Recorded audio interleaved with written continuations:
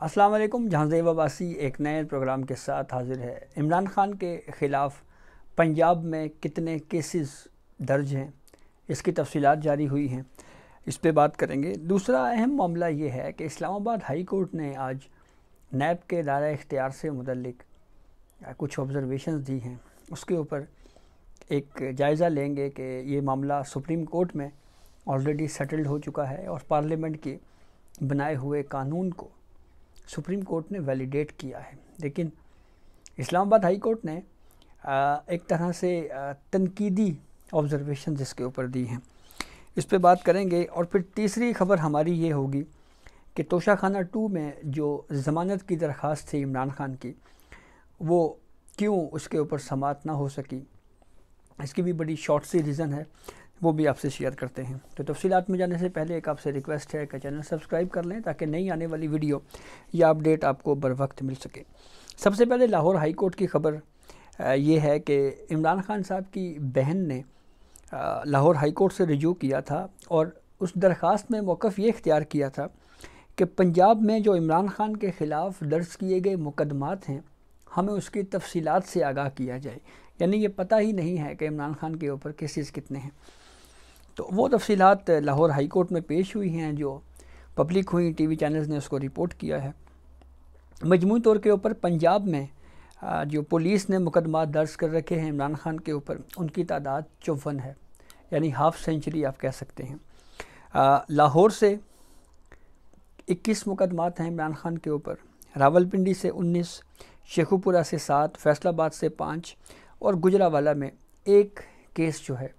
وہ عمران خان کے خلاف جو ہے وہ درج ہے۔ یہ تو پنجاب کے جو تفصیل جاری ہوئی ہے وہ آپ سے شیئر کی ہے۔ دوسری خبر کے اوپر آتے ہیں، جو نیب کے دائرہ اختیار سے متعلق جسٹس محسن اختر کیانی نے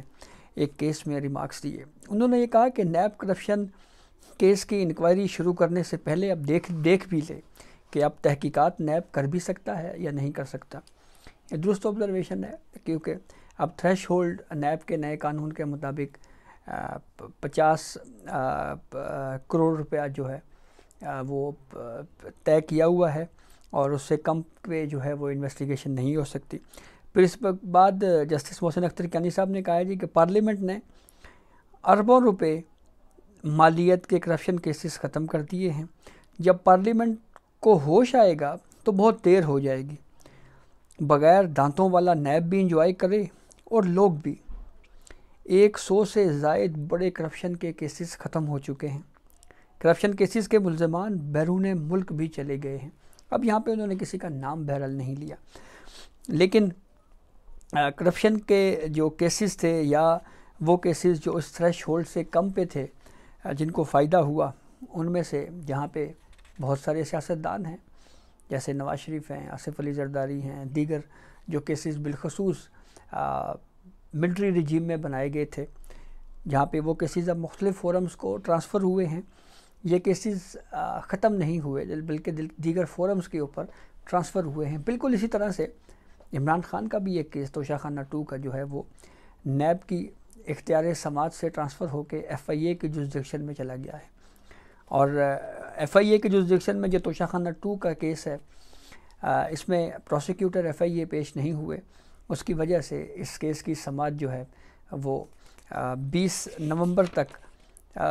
ملتوی کر دی گئی ہے اس بیل کی درخواست کے اوپر۔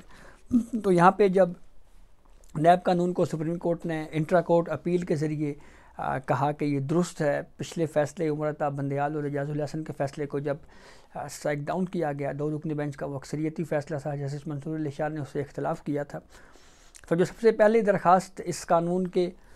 حق میں، اس قانون کی فائدہ لینے کے لیے جو دائر کی گئی تھی، وہ عمران خان صاحب کی جانب سے جاری کی گئی تھی۔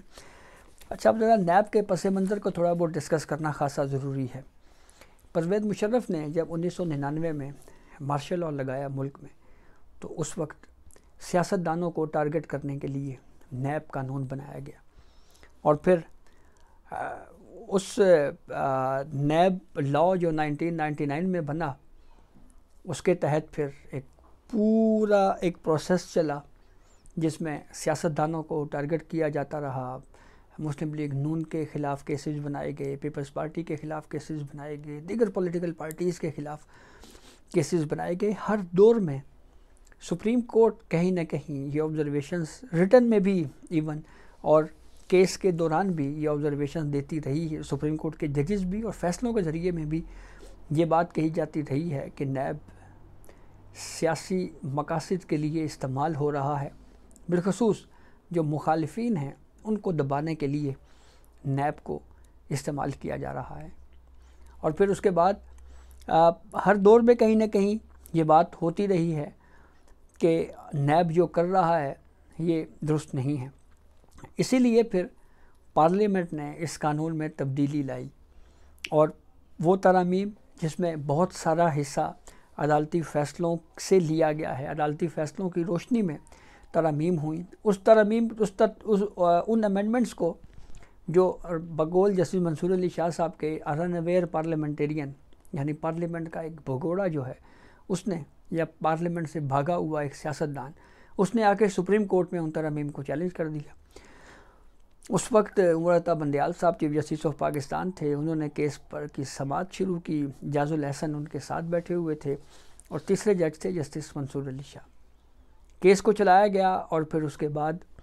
آبزرویشنز میں کچھ اسی طرح کی باتیں کی جاتی رہی تھی کہ یہ کرپشن فری کر دیا گیا ہے، یہ ہو گیا وہ ہو گیا، اور ایک طرح سے ایک پولیٹیکل پارٹی کو بیانیہ ملا جس کے اوپر پی ٹی آئی نے کھل کے بہرحال سیاست کی۔ لیکن پھر ایک طویل ہیئرنگ 50 سے زائد تقریباً 54 سماعتیں اس کی ہوئیں نیب ترامیم کیس کی، اور پھر اس کے بعد فیصلہ دیا گیا جس میں نیب ترامیم کو جو ایکٹ آف پارلیمنٹ تھا اس کو کالعدم قرار دے دیا گیا۔ اس فیصلے کے خلاف intra court appeal I, practice and procedure قانون کے بعد اس سے بڑا بینچ بنا اپیل میں، کیونکہ آرٹیکل 184(3) کے تحت اپیل کا حق مل گیا تھا 184(3) کے فیصلے کے خلاف۔ تو اس پہ سابق چیف جسٹس قاضی فائز عیسیٰ کی سربراہی میں بینچ بیٹھا۔ یہاں پہ یہ بھی آپ کو بتاؤں کہ جسٹس منصور علی شاہ صاحب نے اس وقت عمر عطا بندیال صاحب اور جاز الحسن کے جو اکثریتی فیصلہ تھا اس سے ڈیسنٹ کیا تھا اور اس سے اختلاف کرتے ہوئے کہا تھا کہ پارلیمنٹ جو ہے وہ کمپیٹنٹ ہے قانون سازی کرنے کے لیے۔ اس وقت بہرحال جیسے منصور علی شاہ صاحب کی رائے اور تھی۔ اب یہ آبزرویشن اسلام آباد ہائی کورٹ کی جانب سے یہ دی گئی ہیں، تو میرے خیال میں یہ پارلیمنٹ کا ہی بنایا ہوا قانون ہے، اور اگر پارلیمنٹ چاہے تو اس کو مکمل بھی ختم کر سکتا ہے۔ اور ویسے بھی یہ ڈیبیٹ سپریم کورٹ میں بھی اس وقت ہو رہی تھی، اس میں یہ کہا گیا تھا کہ کیسز جو ہیں وہ متعلقہ فورمز کے اوپر جائیں گے، جیسے ایف آئی اے میں عمران خان کا کیس چلا گیا، دیگر کیسز ایف آئی اے میں چلے گئے، اگر کوئی ٹیکس ایشوز ہیں تو وہ کیسز ٹیکس اتھارٹیز کے فورم میں جائیں گے، دیگر فورمز موجود ہیں۔ تو اس سے کم از کم جو ایک آپ یوں سمجھ لیں کہ یہ امپریشن تھا کہ نیب کو پولیٹیکل مقاصد کے لیے ہر دور میں استعمال کیا جاتا ہے، کم از کم ایک تھریش ہولڈ مقرر کر کے اس حد تک تو اس ایشو کو ریزالو کیا گیا ہے۔ آگے چل کے ہو سکتا ہے اور بھی کچھ کیسز میں عمران خان کو اسی قانون کا فائدہ ہو، تو لیٹس سی دیکھیں یہ معاملہ کس طرف جاتا ہے۔ بالخصوص 190 ملین پاؤنڈ میں جو کہ پارلیمنٹ جو کابینہ ممبران ہیں ان کا تو یہ موقف ہے کہ جی یہ جنہوں نے گواہی دی، بالخصوص پرویز خٹک ہیں، زبیدہ جلال صاحبہ ہیں، جو 79 کوسچن ایئر عمران خان کو 242 کا سٹیٹمنٹ دینے کے لیے بھیجا گیا ہے، اس میں تو انہوں نے کہا ہے کہ کیبنٹ میٹنگ میں ہم سے وہ ڈاکومنٹ جو ہے وہ مخفی رکھا گیا، خفیہ رکھا گیا، اور کہا گیا جی آپ کو دکھایا نہیں جا سکتا، لیکن اس کے باوجود کیبنٹ کے فیصلوں کو اس نیب ترمیم کیس میں پروٹیکشن تو دی گئی ہے۔ تو اس حد تک عمران خان کو کیسے اس کا فائدہ ہو سکتا ہے؟ عمران خان کے اوپر تو الزام یہ ہے کہ بینگ پرائم منسٹر انہوں نے اپنے اختیارات کا غلط استعمال کر کے وہ پیسہ جو برطانیہ میں ملک ریاض حسین کا پکڑا گیا، اس پیسے کو دوبارہ بجائے پبلک اکاؤنٹ میں یا حکومی خزانے میں جمع کروانے کے ملک ریاض کو دیا، اور ملک ریاض حسین صاحب نے وہ پیسہ سپریم کورٹ میں بحریہ ٹاؤن کراچی کیس جو پینڈنگ تھا اس کیس میں سپریم کورٹ کے اکاؤنٹ میں جمع کروا دیا، اور سپریم کورٹ نے بھی خیر سے خوشی خوشی وہ پیسہ وصول کر لیا، یہ پوچھے بغیر کہ یہ آیا کہاں سے، یا کہیں یہ وہ پیسہ تو نہیں ہے۔ وہ پھر بعد میں بہرحال اسکینڈل کھلا، اور پھر ایک سوال جو 79 سوال عمران خان کو بھیجے گئے ہیں، اس میں یہ بھی لنک کیا گیا ہے کہ یہ ملک ریاض حسین کے ساتھ جو القادر ٹرسٹ کیس کے حوالے سے کچھ پراپرٹی بھی فرحت شہزادی صاحبہ کو بنی گالا یا موڑا نور میں دی گئی. تو بہت ساری چیزیں اس سے لنک کرتی ہیں. تو بہرحال لیٹس سی دیکھیں یہ کیسز کس طرف جاتے ہیں اور عمران خان کو اس قانون سے کہاں اور کیا کیا فائدہ ہوتا ہے. تو یہ اب تک کی اپڈیٹ تھی جس سے ہم نے آپ کو آگاہ کیا. بہت شکریہ.